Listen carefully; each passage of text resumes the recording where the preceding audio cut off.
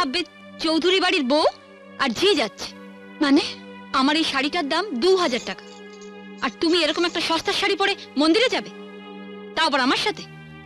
তোমার মান সম্মান না থাকতে পারে, কিন্তু আমার আছে। ও এই কথা, তুই দাঁড়া, আমি এক্ষুনি শাড়িটা বদলে আসছি, এটা ধর।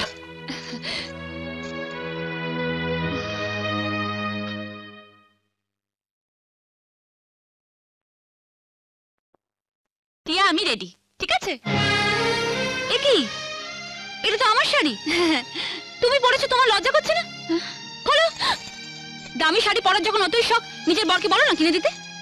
সে মূলত নেই, ভিখারি কোথাকার। কি বলছিস তুই টিয়া? তুই আমি দুই যা, আমরা বোনের মতো। তোর শাড়ি আমি পরবো, আমার শাড়ি তুই পরবি, এটাই তো স্বাভাবিক। থাক দিদি, অনেক হয়েছে। আবার না বলে বসো তোমার বরকে আমি রাখবো, আমার বরকে তুমি রাখবে, সেটাও স্বাভাবিক। টিয়া, কি আবার চোখ রাঙানো?